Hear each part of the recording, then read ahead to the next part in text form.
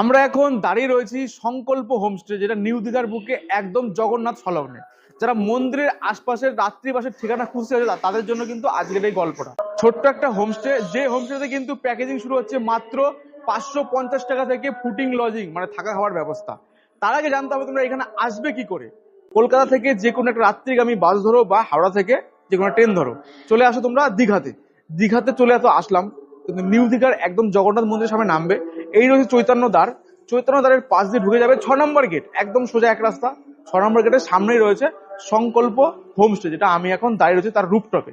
এই রুফটপ থেকে কিন্তু জগন্নাথ মন্দির পিছনে জল করছে, দেখতেই পাচ্ছ। বাইরে যেতেও হবে না, রুম থেকেও দেখতে পারবে এবং রুফটপ থেকে বসে সারা দিন সারা রাত অনুভব করতে পারবে। রুম থেকে হোটেল থেকে পা ফেললেই কিন্তু জগন্নাথ মন্দিরের দ্বারে পৌঁছে যাবে।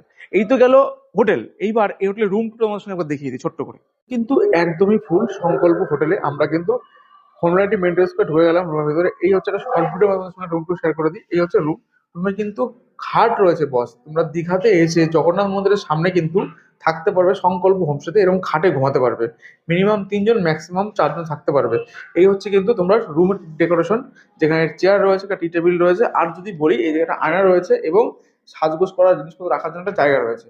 আর যদি বলি এইদিকে কিন্তু লাইট ফ্যান তো রয়েছেই এবং টিভি রয়েছে, চার্জিং সকেট রয়েছে, মানে ফোন চার্জ দেওয়ার বোতল, মানে ফোন হোল্ডার রয়েছে। আর যদি যাই এদিকে রয়েছে কিন্তু ওয়াশরুম। ওয়াশরুম তোমার সঙ্গে একটু শেয়ার করে দিই। এই হচ্ছে কিন্তু ওয়াশরুম, একদম পরিষ্কার পরিচ্ছন্ন ওয়াশরুম। বালতি, মগ, বেসিন, আর এই হচ্ছে শাওয়ার। মোটামুটি বেসিক যা থাকে সবকিছু রয়েছে ওয়াশরুমে। আর যদি বলি এই হচ্ছে একটা রুম। রুমের সময় কিন্তু একটা ব্যালকনি রয়েছে, প্রত্যেকটা রুমের সময় কিন্তু এই হোটেলে ব্যালকনি রয়েছে। এই হচ্ছে ব্যালকনি।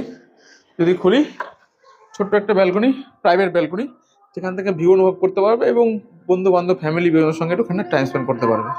রুম তো দেখে আসলাম, রুম কিন্তু একদম ঠিকঠাক, কোনো সমস্যা নেই, পরিষ্কার পরিচ্ছন্ন রুম। শুধু রুম দেখলে হবে, তো খেতে হবে বস, খেতে হবে।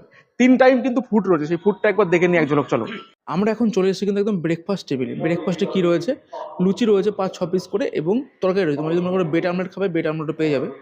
আমরা এখন চলে এসেছি কিন্তু দুপুরের লাঞ্চের টেবিলে। লাঞ্চে কি রয়েছে একবার দেখে নিই চলো। রয়েছে কিন্তু একটা তরকারি, সিজন ওয়াইজ চেঞ্জ হবে, ভেজ ডাল, কাতলা মাছ, চাটনি, আর হচ্ছে সাদা রাইস, আলু ভাজা, পাঁপড়, স্যালাড এবং লঙ্কা পেঁয়াজ। আমরা কিন্তু চলে এসেছি একদম সোজা ডিনার টেবিলে। ডিনারে রয়েছে কিন্তু চিকেন এবং রুটি রয়েছে। রুটির আমরা 4 পিস করে, তোমরা যে পিস খাবে অর্ডার দিয়ে দেবে, কোনো সমস্যা নেই। আর পেঁয়াজ লঙ্কা রয়েছে, ভাত চাইলে ভাতও খেতে পারো। খাওয়া দাওয়া কমপ্লিট। এবার তোমরা এখান থেকে পায়ে হেঁটে ঘুরে নাও নিউ দীঘা বিচ বা জগন্নাথ বিচ, জগন্নাথ ধাম বিচ, চৈতন্য দ্বার, জগন্নাথ মন্দির সবকিছু দেখে নিয়ে চলে আসলে হোটেলে।